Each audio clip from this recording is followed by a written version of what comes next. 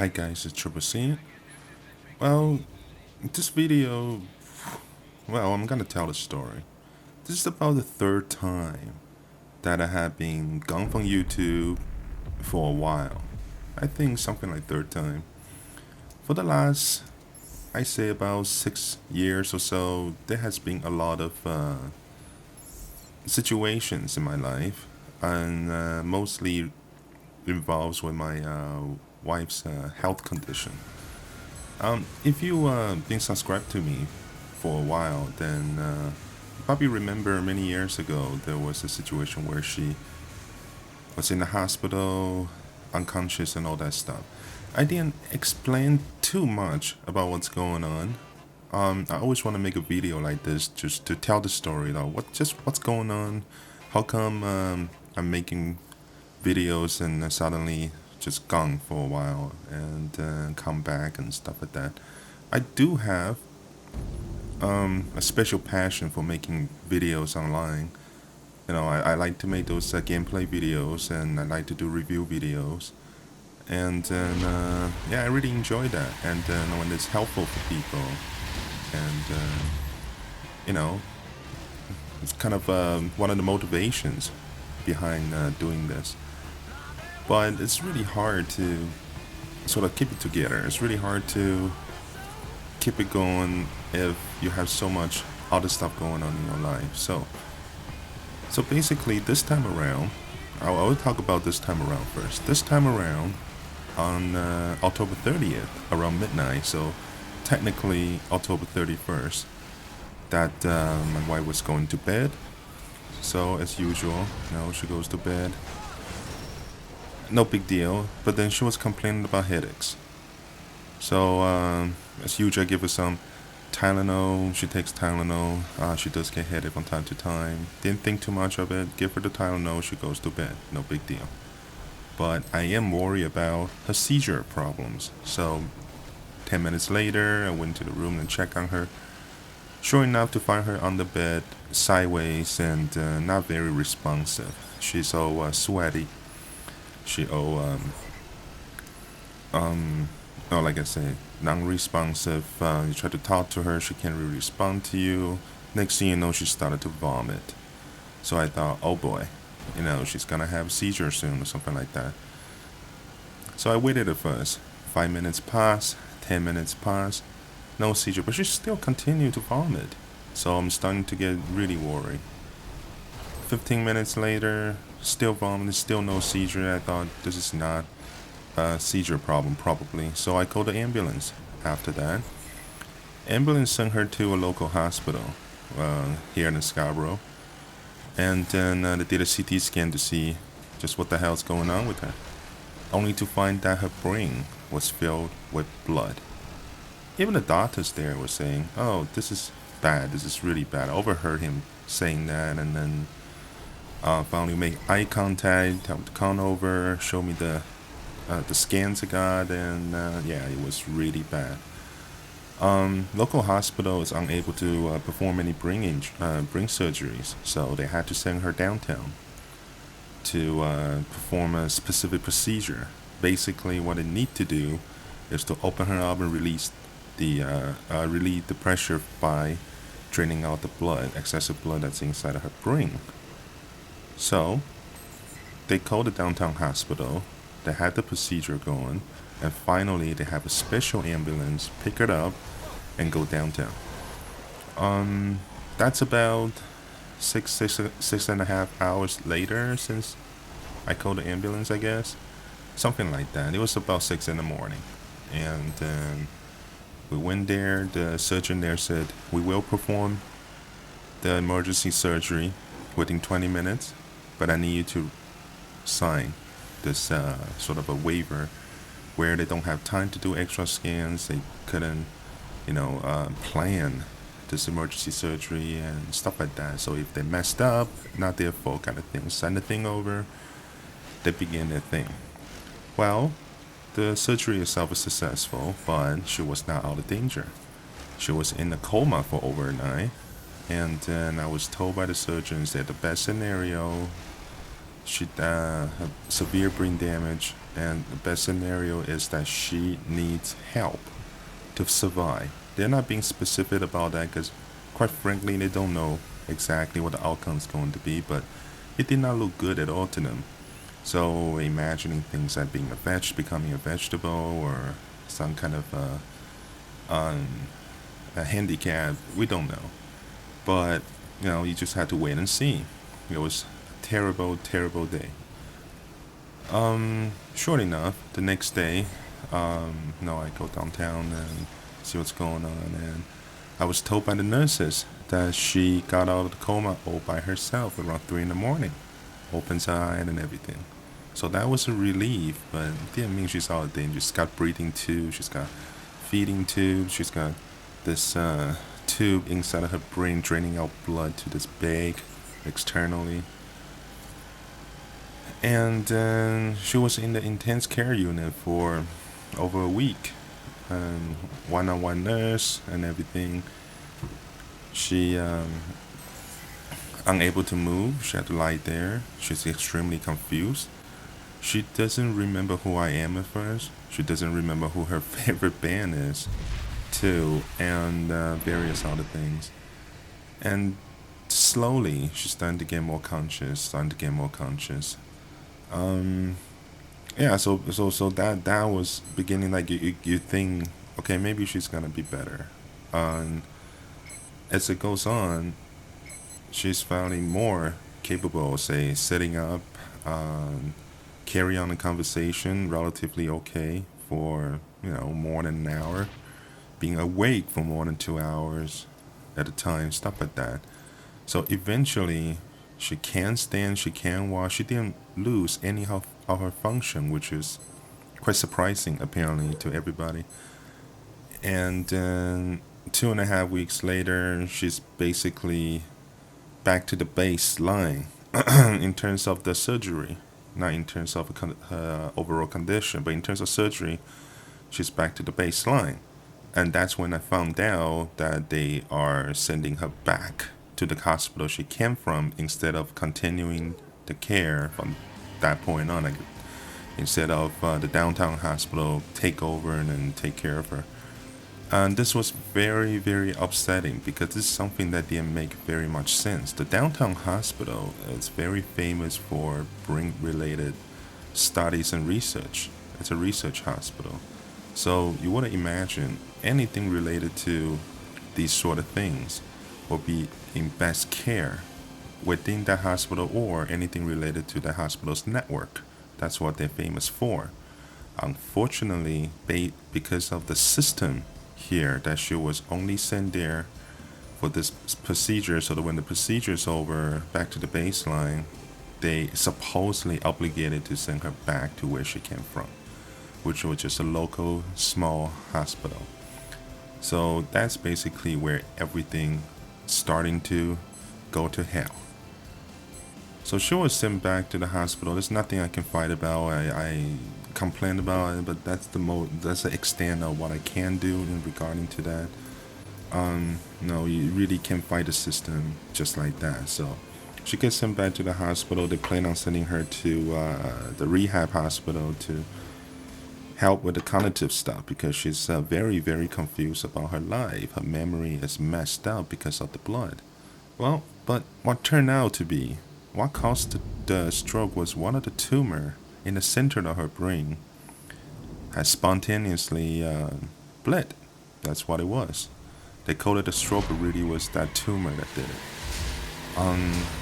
So she's very likely to be alive and everything like that, but it did cause a lot of mental issues, specifically on the capability of cope with her emotion, capability to cope with the past memory, capability to understand the difference between past memory, a dream, or reality. So it was a huge, huge hassle and suffering for her and for me as well. So of course I'd be on her side every day in the hospital, trying to talk to her, trying to remind her what her life is and stuff like that.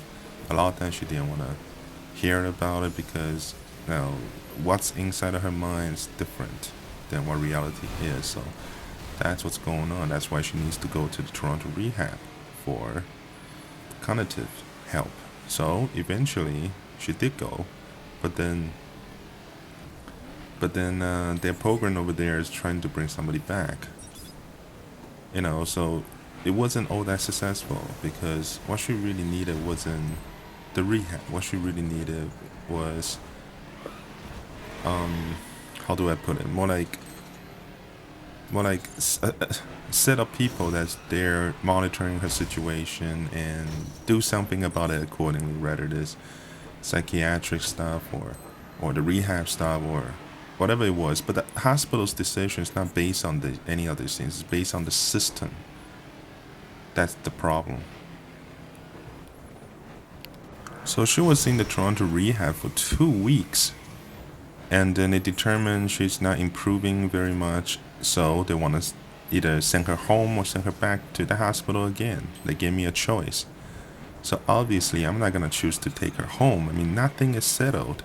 Nobody is telling me anything professionally about what I should do to help her or take care of her or anything. And then, of course, I chose, hey, send her back to the hospital so at least they can set something out for us, whether it's the neuropsych doctor or if it was something else. They call it the ABI network, acquired brain injury, a community network that helps, etc., etc. By this point, it's already extremely frustrating every day.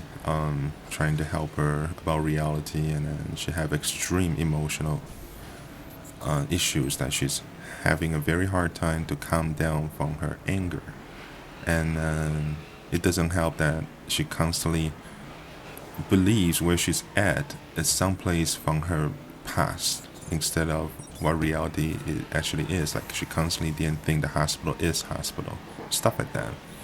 Unfortunately, that time when she gets sent back to the original hospital, the local one, it was the day before Christmas. Boy, day before Christmas. What does that mean? That means the next 10 days, starting obviously December 24th, the next 10 days, so she stayed at the local hospital, does not have any doctor's help for more than 2 days, meaning the doctors only work 2 days out of those 10 days because it's the holiday seasons. Literally, human life is not as important as the holidays. They don't have backup doctors, or even if they do, it really is the time that nobody's gonna help you very much at all other than to make sure you don't die. Nothing more than making sure you don't die. So it was 10 days of nothing but suffering because all she really does there is being there. And that was bad because, first of all, it's a local hospital. It doesn't look nice. The people there, they're not being assholes to you, but they're not, going above and beyond for you at all. Just terrible. And it really just doesn't help with her confusions at all. And sure enough, on New Year's Day, she literally walked out of the hospital and got missing for 12 hours. The police was called. She was on the missing person ad. And how that happened was literally because the hospital didn't have enough staff. It's not that she never done this before and she planned and she get out. It's more like nobody's at the front desk and she thought the hospital wasn't hospital. She literally just sort of walked out because she believed she's supposed to go someplace else. Nobody at the front desk in the hospital. Well, the worst part about that is the hospital nurses, because they know they messed up, they know that's something that it's a big no-no. So they try to blame me because I was encouraged to take her downstairs to, buy coffee and stuff like that. So they blame me for doing so. That way she know where the door is. What sort of explanation is that? I mean, that's really pushed. You see an elevator, you see a door, you walk out. It doesn't matter if you remember or not. It's just that simple. It's a very difficult thing to find an elevator, go to the lobby, and walk out of hospital. Do you need to plan this? No. So that was terrible experience where she got missing because She didn't have a cell phone. She didn't have her IDs. She had no money. She doesn't have anything that I can find her with because she was in the house. She didn't need any other stuff. Not to mention, they didn't encourage me to let her have any other stuff because there's that possibility that she might lose it and nobody can be able to find it. Of course, it makes sense. So there's nothing we can find her. And on top of that, she's wearing a sweater, hospital gown, black pants. That was it. And it was -10 outside. So, and then she walked out of there before her evening seizure medicine. So everything sounded horrible. And plus, Toronto's not exactly the safest place for girls walking outside alone at night. So, me and a couple of my good friends, we went out to look for her till 4 in the morning. The police was involved and all that stuff.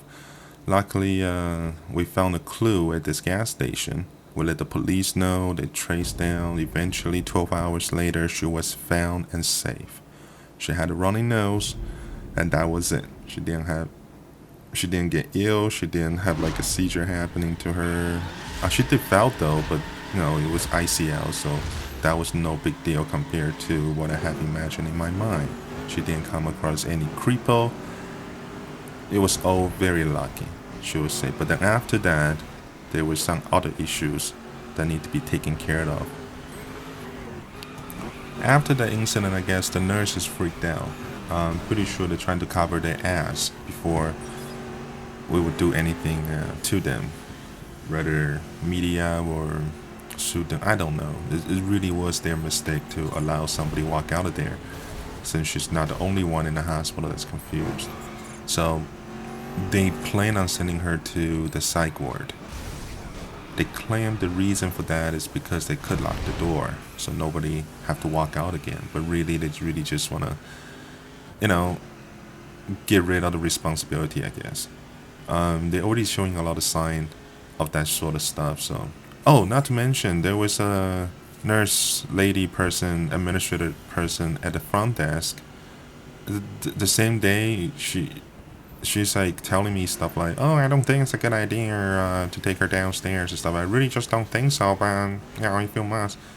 Anyway, so after this happens, she had the most obvious "I told you so" look on her. It's just so unprofessional the way they do things. Anyway, so psych ward, that's no good. Psych ward is going to trigger all kinds of craziness. So I say psych ward is a no-no. What are the other options? So I have their social worker set all the API thing. We have the case manager and all that stuff. I take her home, and I'll handle this whole thing myself. But obviously, that's a tremendous workload to having to do that because really she's not in any better state than she was in the hospital. So being at home obviously is no better because we're only moving here last June. It's quite recent. So her memory of this place is very vague. Very, very vague, and not to mention it is a basement apartment. It can easily be mistaken to other places that's much worse than she had been before. So those memories keep reoccurring, and then there's a lot of arguments, and it's like that every day. I have to be with her 24/7, and then as far as what I'm doing, very much nothing. I can't go out without her. I can't meet friends. I can't work or make money or anything like that. Really just had to be around her 24/7, and there is no family nearby that could help.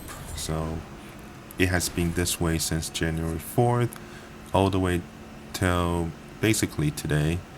24/7 every day for 3 months. It's extreme torture. So many times I literally just break down, sit on the floor, and doesn't know what else to do. And then it still continues. But good news though that she began to show signs of improvement. She's no longer feeling that way for the most part during the daytime.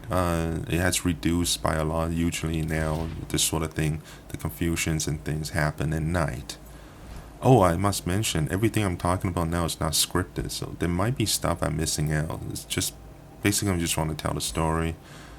There's a lot of details that I can explain things better, but I might not be able to remember to say them right now. So hopefully, whatever I'm talking about is good enough to understand the situation. So just a tremendous amount of pressure, and it's actually way more expensive to live this way than it is before because constantly you are unable to budget because you need to solve problems constantly. Sooner or later, you had to solve problem by spending money, such as transportation to go to appointments. Public transit is a very difficult thing to handle when you have very little um, tolerate very little mind powers to tolerate anything that has too much randomness, and so results in taking a taxi and stuff like that, and that's a lot of money. And other things is like when you can't do grocery shopping, you got to buy food. When Since most of the time it's frustrations, then you'll be buying maybe gifts or things to hopefully it can be some help, some way. So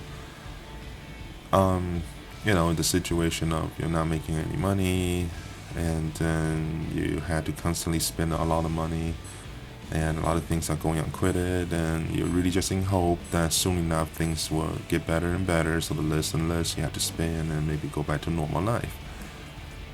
uh that's a lot to ask, that's a lot to expect, because nobody really know. To this day, 3 months later, we still don't got a psychiatrist and still no doctors responsible for her condition. We do have, however, a community support program about to start in April, and that is going to help. It's a brain injury support program. They have clinical, sort of like classes, but not really, to help people with brain injury to learn how to cope with their condition, stuff like that. That's starting in April, which was a long wait itself. And psychiatrist, yeah, they refer her to a psychiatrist for further help, as medicine or counseling, other things, memory. But unfortunately, Ontario psychiatrists, meaning head doctors that have the capability to prescribe medicine, these people,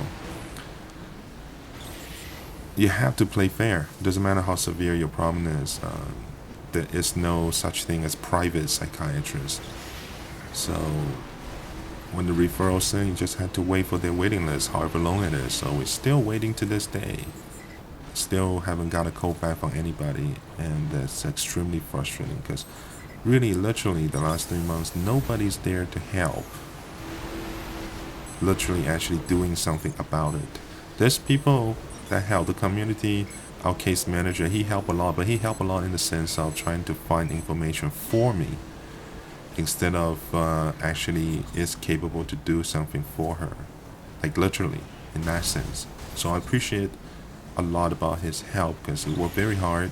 He found a lot of information for me, but you know, I consider these things things that's not fixing the issue. Because at first it's okay, but now when you torture for this long, only thing that can make you feel better is something that helps the situation. So to this date, there are something that's helping the situation a little bit. Like I say, she's doing a lot better during the daytime. So I am able to go back to my computer in the morning and maybe in the early afternoon now again, which is a plus, which is how I able to make that video from yesterday, and then hopefully I can go back to the habit of doing this stuff and various other things.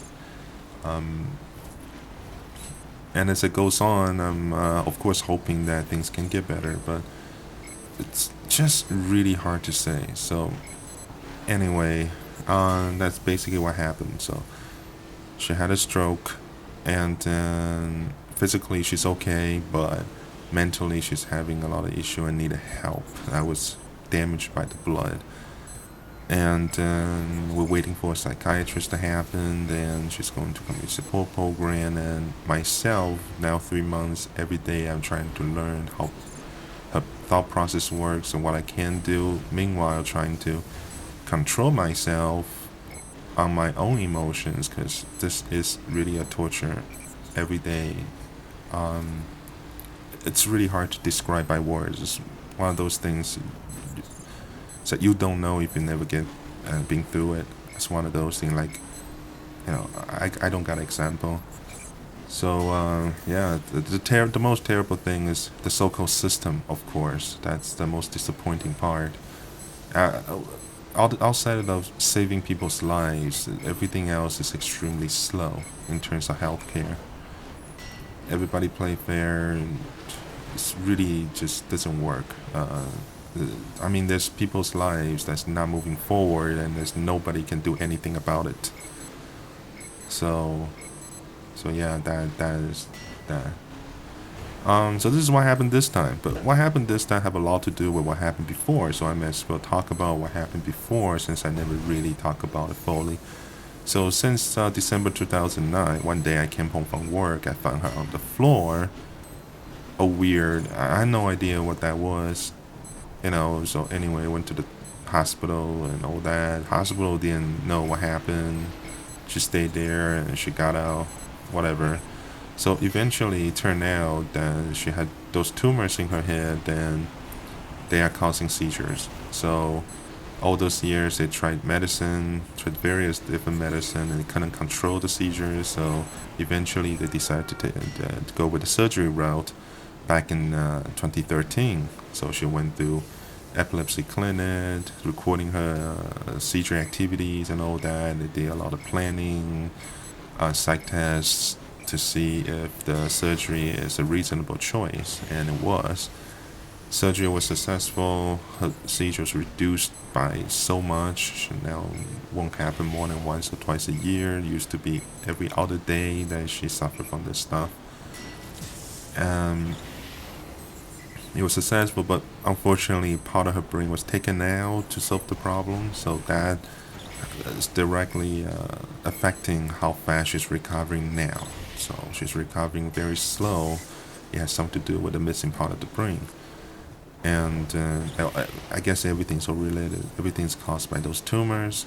They did found something abnormal in her blood tests, and hopefully that can explain what's going on. We went to the lab. We haven't heard back about that. She just recently had another MRI, so now we will know in a couple of weeks if everything looked good inside since the incident.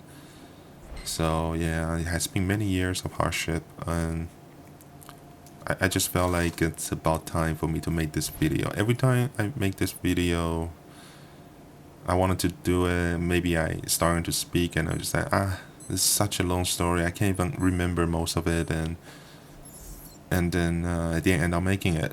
And I guess I did okay. I guess I covered most things, even though nothing too specific. I like to get into details, but that really is so many years of memory that I need to retract. But I guess, well, just look at this video. It's already been so long. So anyway, hopefully the gameplay video on the screen can be helpful for such a perhaps sad and boring story to many people. That's not what this channel is about, but I just felt like it's kind of necessary for me to explain myself on, like, why is my channel the way it is. Sometimes doing so many videos and suddenly I'm gone. They all have to do with this situation I'm in. So of course, hope for the best, and gonna continue moving forward. And things will get better for sure. I mean, there's already improvement, so doesn't mean it can improve anymore. Yeah, so that's that. Hopefully you continue to like my video, stick with me. There's a lot more coming out, of course. And I'll see you next time. Bye.